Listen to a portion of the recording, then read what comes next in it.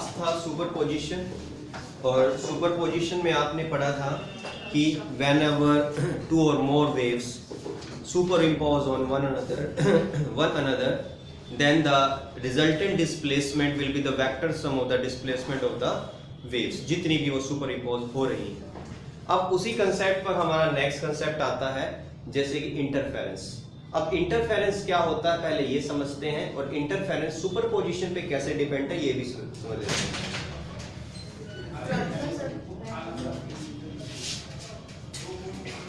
Interference of light. देखो interference of light क्या है और ये आपने कहां पर देखा है, ये इंटरफेरेंस होता हुआ कहां पर देखा है ये समझो पहले।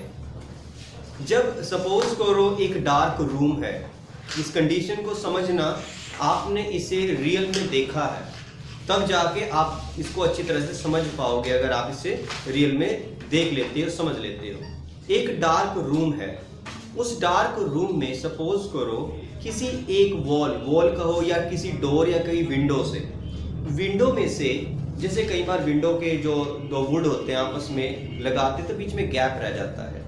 सपोज को ऐसे ऐसे दो गैप रह गए हैं आसपास में, जब वहां से रोशनी आती है और डार्क रूम है, सामने वाली वॉल है उस पे डलती है, तो आप उस वॉल पे क्या देखोगे, आप देखते हो तो उस पे जो रोशनी है वो पूरा का पूरा ब्राइट नहीं है, वो कुछ लाइंस नजर आ रही होती है, लाइंस नजर आती है। लाइंस का पैटर्न क्या होता है, वो होती है ब्राइट फिर डार्क पूरी तरह से, फिर ब्राइट फिर डार्क फिर ब्राइट फिर डार्क।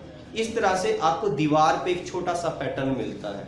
कब मिलता है, जब आप किसी डार्क रूम में किसी भी दीवार किसी भी विंडो से कुछ लाइट आते हुए देखते हो, जो एक से ज्यादा, हम दो की बात कर लें, दो, उसे स्लिट बोलेंगे। जो एक हॉल मैंने बोला था straight hall, that is slit, वहां से रोशनी आएगी, वो एक दूसरे पे जब सुपर इम्पोज होगी तो आपको कुछ पैटर्न्स मिलते हैं। तो वो जो पैटर्न्स मिल रहे हैं, it is because of interference of the light. तो इंटरफेरेंस ऑफ लाइट में वो किस तरह से रिलेट कर रहा है, इस चीज को समझा रहा हूं। देखो जब आपके पास एक से ज्यादा सोर्स है, सपोज करो हम इस कंडीशन को बना लेते हैं कि अगर आपके पास एक कार्डबोर्ड था, सपोज एक कार्डबोर्ड है आपके पास यहाँ पर, और यहाँ आपके पास एक सोर्स है, लाइट का सोर्स है, आप यहाँ दो स्लिट कट कर देते हो, ठीक है, एक दूसरे से ज्यादा दूरी पर नहीं होनी चाहिए। वो सपोज यहाँ पर हमने दो स्लिट कट कर दी, एक यहाँ पर एक यहाँ से, रोशनी यहाँ से भी आ रही है यहाँ से भी आ रही है। अब यहाँ पर वो वॉल या स्क्रीन है, आप क्या देखते हो, आप देखते हो जो बिल्कुल सोर्स, दोनों सोर्स के बिल्कुल मिडल वाली जो लाइन है, वहां पर आपको ब्राइट फ्रिंज मिलता है, रोशनी मिलती है बहुत ज्यादा। उसके ऊपर जो है ये नेक्स्ट बाय नेक्स्ट ऐसे ही होगा, पहले ब्राइट होगा फिर डार्क होगा, फिर ब्राइट होगा फिर डार्क होगा।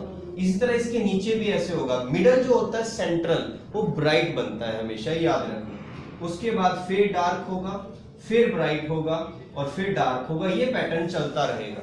अब आप कहोगे सर ये होता कैसे है? एक्चुअल में जो लाइट आती है वो एक तरह की एनर्जी है, वो एनर्जी सारी वॉल पे डल रही है। सपोज करो, इमेजिन करो ये बनने से पहले क्या हुआ होगा, वहां से पूरी रोशनी डली होगी, वो पूरी रोशनी एक पूरा का पूरा एक ही ब्राइट फ्रिंज होगा, मतलब पूरी एनर्जी एक ही जगह लगी हुई है। अब क्या होता है, ये मान लो उन पूरे के पूरे एक फ्रिंज को आप पूरे के पूरे जो लाइट है उसको अलग अलग टुकड़ों में बांट देते हो, उसे मैं फ्रिंजेस बोल रहा हूं, उसे फ्रिंज में बांट देते हो।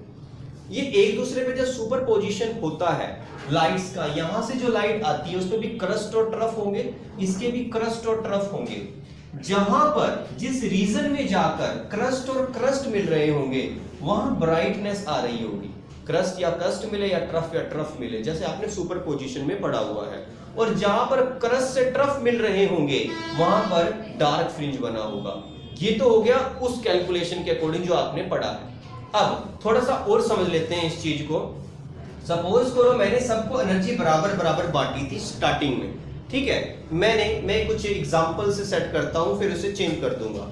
सपोज मेरे पास ये कुछ पर्सन्स हैं, 1 2 3 4 5 इस तरह से कुछ पर्सन्स हैं।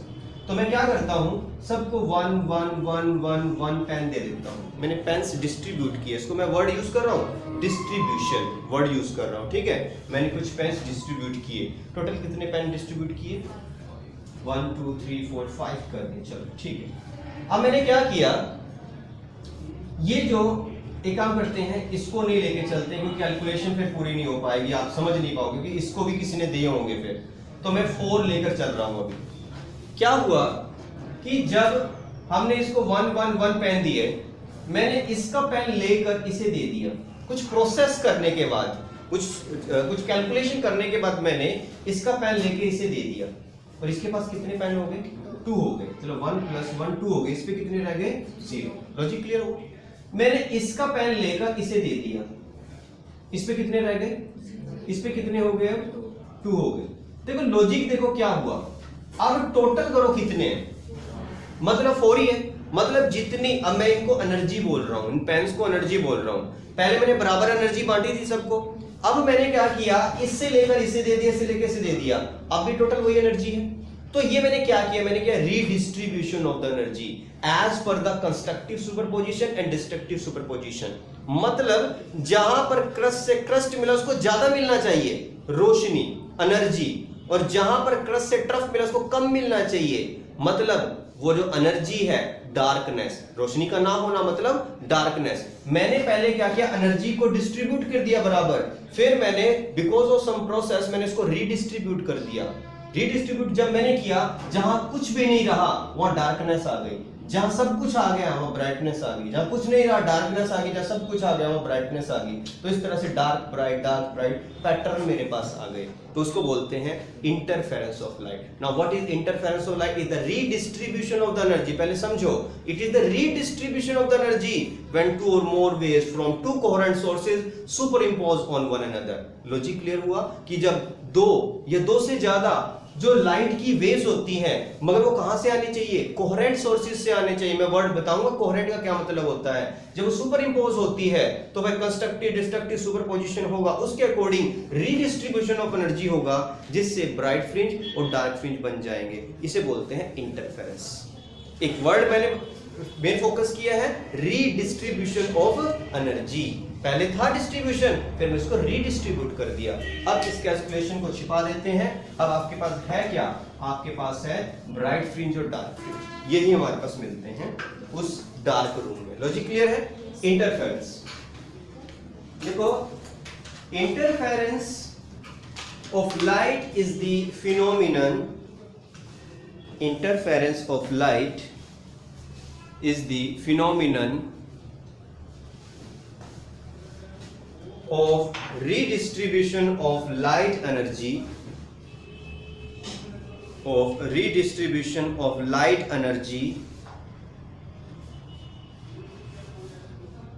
in a medium, redistribution of light energy in a medium on account of interference of light is the phenomenon of redistribution of light energy in a medium on account of superposition of light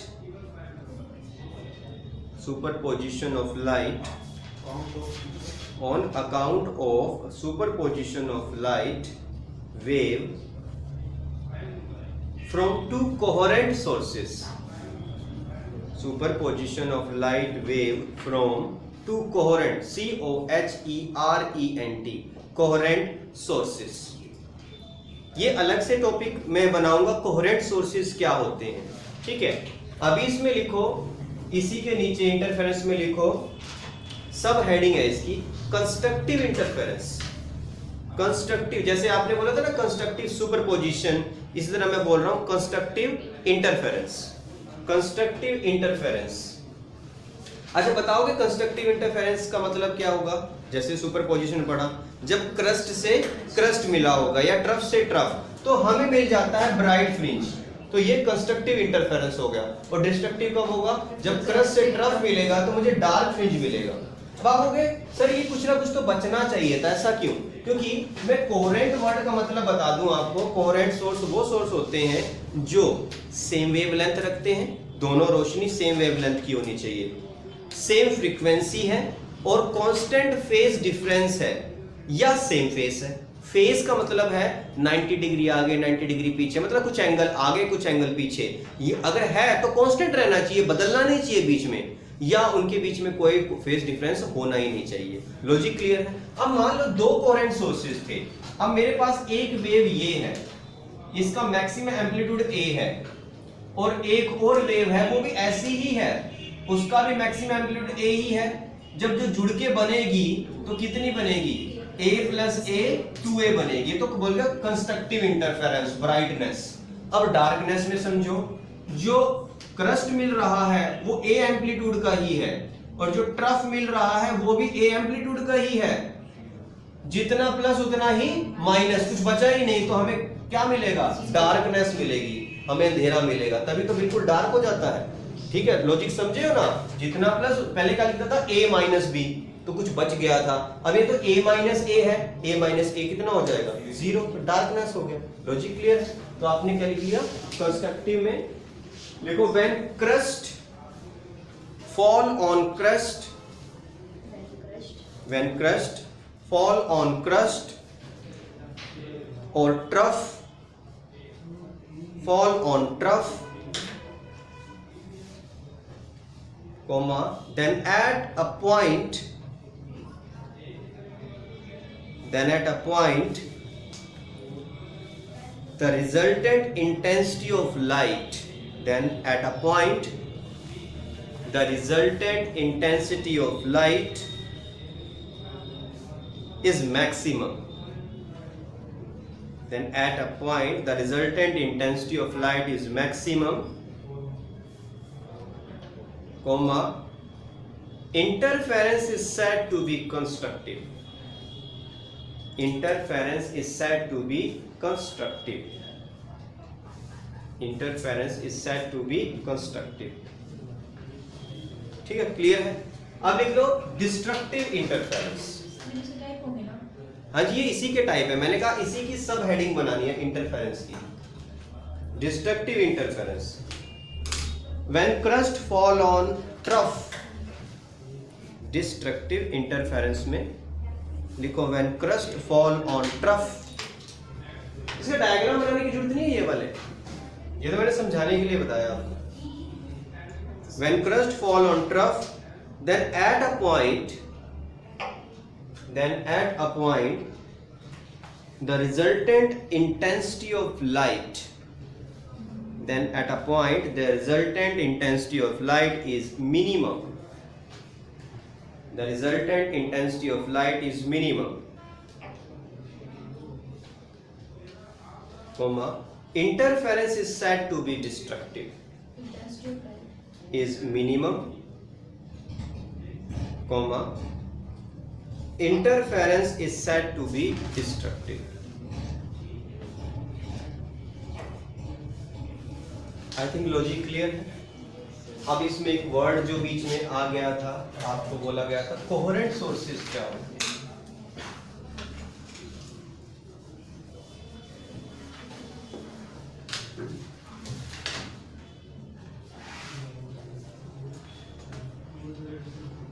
coherent sources, देखो अगर कोई दो independent source है, independent का मतलब अलग अलग, मतलब मेरे पास एक बल्ब है, एक दूसरा बल्ब है, सेम वॉट का है, सेम कमरे में लगा दिया, सेम इलेक्ट्रिसिटी से चला रहे हैं, तब भी वो कोहेरेंट नहीं होंगे। मतलब अगर दो डिफरेंट सोर्सेज हैं वो कभी भी आपस में कोहेरेंट नहीं होंगे। कोहेरेंट मतलब उनकी वेवलेंथ सेम नहीं होगी, उनकी फ्रीक्वेंसी सेम नहीं होगी, उनका फेज डिफरेंस सेम नहीं होगा, या कांस्टेंट फेज डिफरेंस नहीं होगा। तो कोहेरेंट सोर्स वो सोर्सेज होते हैं जिनकी वेवलेंथ सेम है, फ्रीक्वेंसी सेम है और कांस्टेंट फेज का डिफरेंस है या कांस्टेंट सेम फेज है, ये बोल सकते हो। That is the coherent sources. तब आप कहोगे सर फिर कैसे हो सकते हैं कोहेरेंट सोर्स? या तो सोर्स और उसकी इमेज लो, जैसे मिरर में एक इमेज ले लेते हैं ना, सोर्स और उसकी इमेज, तो वो कोहेरेंट हो सकते हैं। यही एग्जांपल है कोहेरेंट सोर्स का। या आप क्या करो, एक मेन सोर्स यूज करो उसको इल्यूमिनेट कर दो, छिपा दो और 2 स्लिट कट कर दो, तो यहां से भी रोशनी निकलेगी, यहां से भी। वो एक ही सोर्स से आई है, तो जब एक ही से आए तो वो एक जैसी होगी, तो मतलब वो दोनों क्या होंगे, कोहेरेंट होंगे। तो जब एक्सपेरिमेंट करते हैं तो ये वाला प्रोसीजर हम फॉलो करते हैं। हम एक सोर्स से ही 2 सोर्स बनाकर उन्हें कोहेरेंट बना देते हैं, मतलब वो आपस में कोहेरेंट हो जाते हैं, तब उससे एक्सपेरिमेंट करते हैं। लॉजिक क्लियर है? Write down coherent sources. The sources of light which emit light, the sources of light which emit light waves, which emit light waves of the same wavelength, which emit light waves of the same wavelength, comma same frequency, which emit light waves of the same wavelength, comma same frequency, and in same phase, and in same phase, वो एक ही phase में है, and in same phase, or having a constant phase difference, or having a constant phase difference, are called coherent sources, are called coherent sources. Full stop. For example, a source and its image. For example, a source and its image. I think coherent source के बारे में बातें clear हो गई। अच्छा, interference आप चाहते हो सस्टेन बने। सस्टेन इंटरफेरेंस का मतलब है जो पैटर्न है वो बना रहे, टाइम के साथ ब्लर ना हो, खत्म ना हो, चेंज ना हो, तो आपके पास दोनों सोर्स कोहेरेंट होने जरूरी होते हैं। ठीक है, तो यही हम और लिखेंगे, एक टॉपिक इसी के साथ बनाएंगे, कंडीशंस फॉर सस्टेन्ड इंटरफेरेंस। क्या कंडीशंस हैं? ये बोर्ड में क्वेश्चन पूछा गया है। Conditions for sustained interference। अगर आप चाहते हो कि इंटरफेरेंस सस्टेन रहे तो क्या क्या प्रॉपर्टीज होनी चाहिए उस सोर्सेज की, या उस सेटअप में क्या क्या चीजें होनी चाहिए। सबसे पहले तो आपको पता है सोर्सेज कोहेरेंट होने चाहिए, पहले समझ लेते हैं फिर लिखेंगे। सोर्सेज कोहेरेंट होने चाहिए। दूसरा, सोर्सेज नैरो होने चाहिए, मतलब जो आपने ये कट किया है, ये जो स्लिट कट की है वो नैरो होनी चाहिए। ऐसा नहीं कि पूरे बल्ब की जितनी बना दें उन्हें, ठीक है, ये नैरो स्लिट होनी चाहिए जहां से रोशनी निकल रही है। थर्ड वन, जो लाइट एमिट हो रही है वो कॉन्टिन्यूस एमिशन होना चाहिए, लाइट कॉन्टिन्यूस एमिट होनी चाहिए, ऐसे नहीं है कभी कम हो रही है कभी ज्यादा हो रही है। लॉजिक क्लियर है? लॉन्ग टाइम के लिए और कॉन्टिन्यूस लाइट एमिशन होना चाहिए। साथ ही साथ ये लाइट मोनोक्रोमेटिक होनी चाहिए। मोनोक्रोमेटिक का मतलब सिंगल वेवलेंथ की बात हो रही है। आप लाइट की तो अलग अलग वेवलेंथ की लाइट हमें पता है, बट जब एक्सपेरिमेंट परफॉर्म कर रहे हैं, ये जो दोनों सोर्स हैं ये सेम वेवलेंथ मतलब मोनोक्रोमेटिक होने चाहिए। बताओ लॉजिक क्लियर है? तो write down one by one points में लिखो। Sources should be coherent, sources coherent होने चाहिए, sources should be coherent. Number 2, sources should be monochromatic, sources should be monochromatic। Number 3, sources should be narrow, narrow यहाँ ये word narrow है, ये जो sources देखो, नैरो का मतलब ये है कि जहां से रोशनी आ रही है वो ज्यादा वाइड नहीं है, दैट इज नैरो। नेक्स्ट लिखो, sources should emit light continuously, sources should emit light continuously.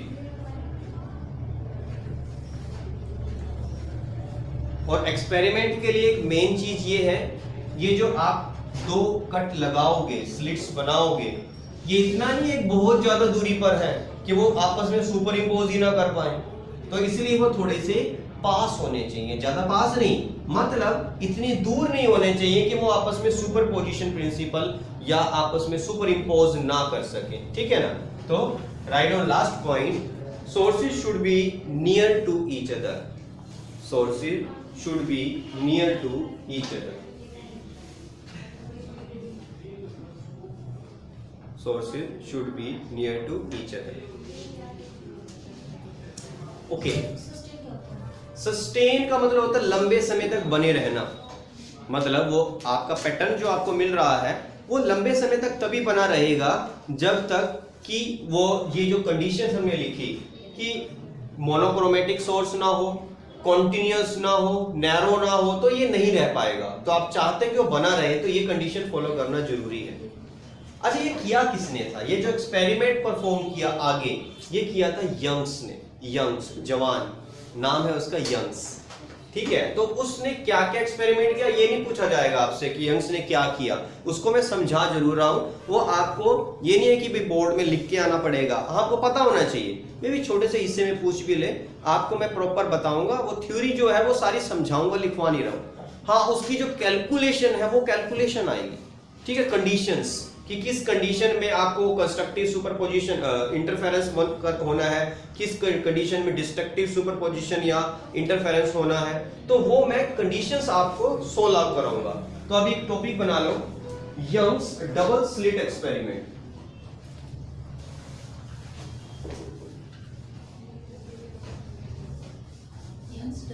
Young's double slit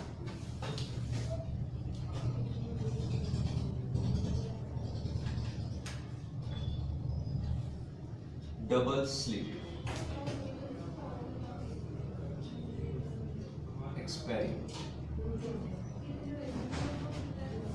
double slit experiment. देखो, डबल स्लिट का मतलब है आपके पास दो सोर्सेज है लाइट के, यहां पर आगे हम डाइफ्रैक्शन करेंगे, उसमें सिंगल स्लिट होता है, मतलब उसमें एक ही सोर्स होता है। जब कहीं पर भी यंग्स ना लिखा है, आपसे डबल स्लिट बोल दिया जाए तो आप समझ जाना वो इंटरफेरेंस की बात हो रही है, जब सिंगल स्लिट बोला जाए तो समझ जाना डाइफ्रैक्शन की बात हो रही है। लॉजिक क्लियर है?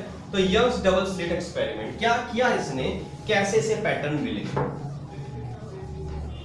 इसने एक मेन सोर्स लिया, लाइट सोर्स लिया, सपोज करो ये एक स्फेरिकल, जब स्फेरिकल आप सोर्स लेते हो तो उसके चारों तरफ एक स्फेरिकल वेव फ्रंट बनते हैं। हम एक्सपेरिमेंट को राइट हैंड साइड में परफॉर्म कर रहे हैं, हमें लेफ्ट हैंड साइड से कोई मतलब नहीं है, यहां से कुछ रोशनी लाइट निकलनी चाहिए, तो मुझे क्रस्ट और ट्रफ भी दिखाने हैं। तो डायग्राम में दिखाने के लिए मैं क्या करता हूं, जो वेव फ्रंट की फॉर्म में ही चल रहे हैं, ये जो डार्क लाइन बनाऊंगा ये तो है क्रस्ट, और एक इसके बाद डॉटेड लाइन बनाऊंगा वो हो जाएगा ट्रफ।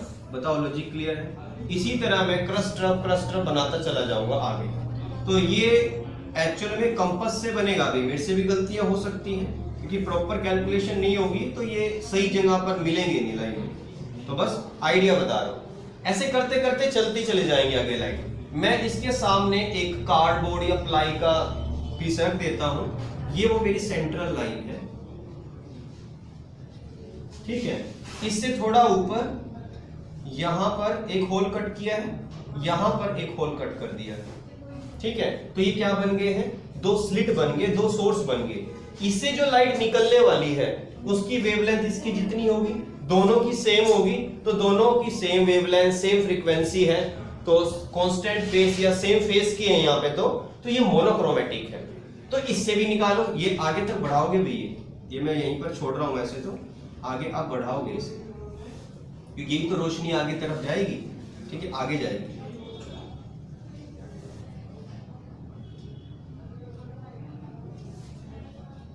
बीच में आ गया है, मतलब लाइट इस पे डलनी शुरू हो गई। अब यहाँ से लाइट निकलेगी। हाँ जी, तो ये जरूरी नहीं है कि पहले ट्रफ और क्रस्ट ही होने चाहिए? नहीं, कोई दिक्कत नहीं, जो मर्जी बना लो, पहले जैसे मर्जी करो, कोई दिक्कत नहीं है, लाइट चल रही है, बस आगे ट्रैवल कर रही है। अब यहाँ से देखो, ये जो स्लिट कट की है एक लाइन में स्लिट कट की है। जब एक लाइन सोर्स होता है तो उसके चारों तरफ वेव फ्रंट कैसा होता है, सिलेंड्रिकल। तो मगर साइड में तो ऐसे ही दिखेगा ना सर्कुलर, आपको साइड में से जो अगर देखना चाहोगे सिलेंडर का आधा हिस्सा, तो सिलेंडर के आधे आधे हिस्से तो ऐसे दिखेंगे सर्कल की फॉर्म में, तो यहां भी ऐसे ही बनाओ, इसको सेंटर मानते हुए क्रस्ट क्रस्ट एक जैसे बनेंगे दोनों के, ट्रफ ट्रफ। तभी कह रहा हूं कंपास से बनेंगे, वरना यहां पर गलतियां हो जाएंगी। क्रस्ट क्रस्ट ट्रफ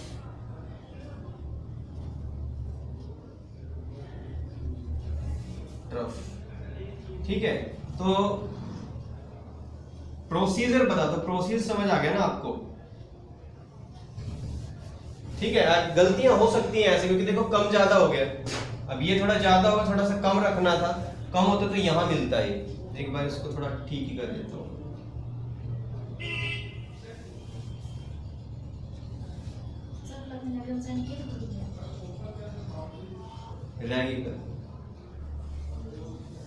ठीक है, तो इस तरह से आप बनाओगे, आगे बनाते चल जाओ। अब लो जी, देखो क्या हो रहा है, यहां पर कौन मिल रहे हैं? क्रस्ट से क्रस्ट मिल रहे हैं, क्या नहीं मिल रहे हैं? ये डॉट लाइन कैसी है? ट्रफ। ये डॉट लाइन कैसी है? ट्रफ। ट्रफ से ट्रफ मिल रहा है। जहां क्रस्ट से क्रस्ट मिल रहा है, यहां क्या मिल रहा है? क्रस्ट से क्रस्ट। जहां क्रस्ट से क्रस्ट मिले, ट्रफ से ट्रफ मिले, वो क्या होता है? Constructive bright fringe. तो सेंटर पे हमेशा क्या बनता है? मैंने पहले भी बताया था, ब्राइट फ्रिंज बनता है। बताओ लॉजिक क्लियर हो? अब इससे ऊपर चलते हैं। जैसे कि सपोज कोई भी लाइन ले लो, ये मेरे पास क्या चीज है? ट्रफ। और ये मेरे पास क्या है? ये यहां मिल रहा है, और भी मिलेंगे यहां पर। जैसे ये क्या चीज है? ट्रफ। और ये क्या चीज है? क्रस्ट। ये मिले ना, इनसे एक लाइन ड्रॉ करूंगा मैं, यहां क्या बन रहा होगा? Dark fringe. इसी तरह यहां पर है, नीचे आ जाओ, यहां पर यहां क्या मिल रहा है? ये क्रस्ट है और ये ट्रफ है। ठीक है, यहां क्या चीज है? ये ट्रफ है, ये क्रस्ट है, तो यहां से एक लाइन आएगी। ये प्रोसीजर चलता रहेगा, ऐसे बनते हैं ये। ठीक है, तो इसे बोलते हैं यंग्स डबल स्लिट एक्सपेरिमेंट।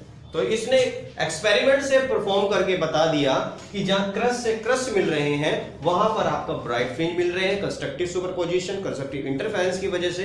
और यहां पर जहां क्रस्ट से ट्रफ मिल रहे हैं, वहां पर डार्क फ्रिंज बन रहे हैं। That is Young's double slit experiment. Logic clear है? ये डायग्राम, इस तरह का डायग्राम मैं सेंड कर दूंगा, नोट करने में तो टाइम लगेगा। लॉजिक समझाना था, थ्योरी है सारी की सारी, मैं थ्योरी भी सेंड कर दूंगा ताकि आप उसमें पढ़ लेना बस एक बार कि कैसे कैसे लिखना है। मेन टॉपिक है कैलकुलेशन की, तो उस कैलकुलेशन को किस नाम से हम पढ़ते हैं? उस कैलकुलेशन के लिए हेडिंग बनाएंगे conditions for constructive and destructive interference.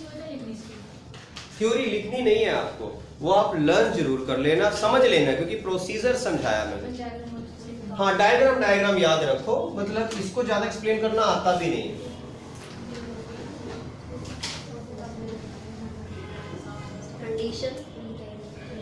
लिखो conditions for constructive and destructive interference.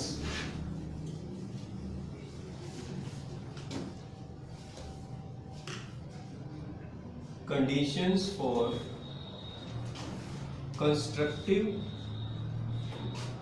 And destructive interference.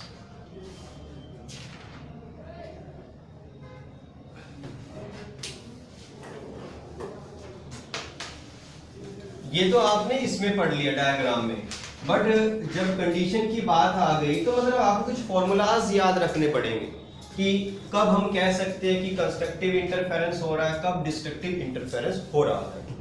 अभी कितने टाइम हुआ है?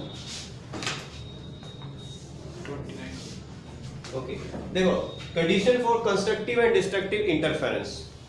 देखो क्या करते, क्या हुआ, इंटरफेरेंस जब करते हो आपके पास दो वेव्स होनी चाहिए, फिर वो आपस में सुपरइम्पोज करेंगी, तब आपको रिजल्टेड वेव मिलने वाली है। तो मैं मान लेता हूं, कंसीडर करता हूं मेरे पास टू वेव्स हैं। फर्स्ट वेव जो है वो है y1 which is a sin omega t। एक मेरे पास ये वेव, एक और वेव है मेरे पास जो कि है y2 b sin omega t plus phi. मैं प्लस फाई लिख रहा हूं क्योंकि मुझे कुछ फेस का डिफरेंस शो करना है, मतलब एक अलग है इससे, ये अलग है, ये अलग है। मान लो आपको सर फेस का डिफरेंस नहीं है, कोई बात नहीं, रिजल्टेंट में इसको 0 कर देंगे, बाद में कर देंगे जब नेट रिजल्ट आ जाएगा, उस समय हम इसको अलग करके दिखा सकते हैं। अभी के लिए हम एक जनरल फॉर्मूला बना रहे हैं जिसमें एक फेज का डिफरेंस भी आ गया है साथ में, ठीक है। ओके, तो हमें क्या करना है, हमें करना है सुपरपोजिशन। तो सुपरपोजिशन करेंगे तो y is equal y1 plus y2 होना चाहिए। कर दें इसको ऐड, y1 की जगह a sine omega t plus b sine omega t plus 5। अच्छा, यहां पर साइन a प्लस b का फॉर्मूला ओपन हो रहा है। अगर आपने पढ़ा है sine a plus b, sine a plus b क्या होता है, sine a cos b plus cos a sine b। ये फॉर्मूला याद कर लेना, साइन a कोस b, ये a है ये b है, मतलब फॉर्मूला बोल रहा हूं मैं यहां पर, sine a cos b plus cos a sine b, ठीक है। इसको मत समझ लेना ए बी, ये अलग चीजें फॉर्मूला में हम पढ़ा करते थे, कैपिटल ए कैपिटल बी लगा देते थे इसकी जगह, फिर इसको ओपन करते थे, ठीक है। ये लॉजिक क्लियर है। अब इसको ओपन करो, a sine omega t plus, इसको मल्टीप्लाई करना मतलब बी को इसके साथ लिख दो, b sine omega t cos 5, और ये बी इसके साथ भी है, b cos omega t sine 5, ठीक है। अब इसमें एक चीज देखो, यहां साइन ओमेगा टी है, यहां भी साइन ओमेगा टी है, तो कॉमन निकाला जा सकता है। तो मैं इसको कॉमन निकाल लेता हूं, साइन ओमेगा टी कॉमन निकला तो यहां बच गया a, यहां b बच गया और cos 5 बच गया, b cos 5। लॉजिक क्लियर है।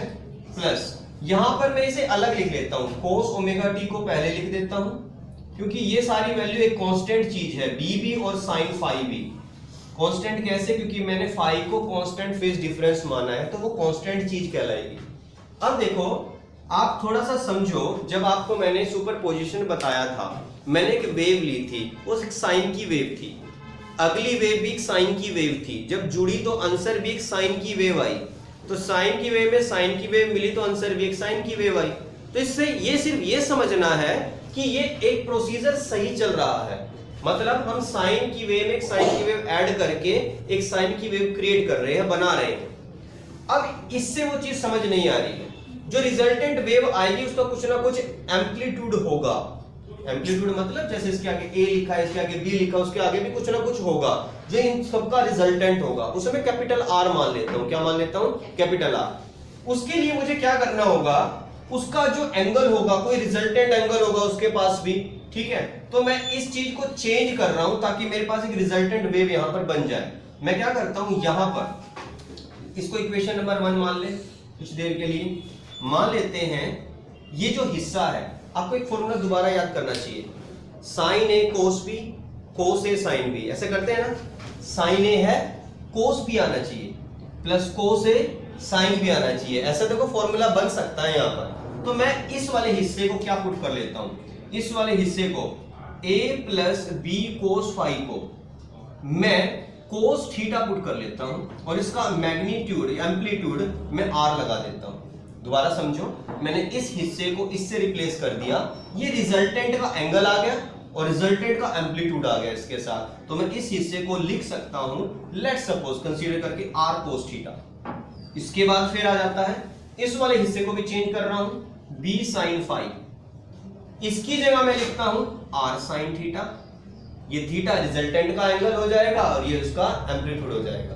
अगर मैं ऐसा करता हूं तो मेरे पास देखो आंसर क्या आता है।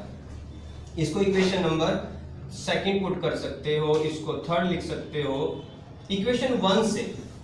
नाउ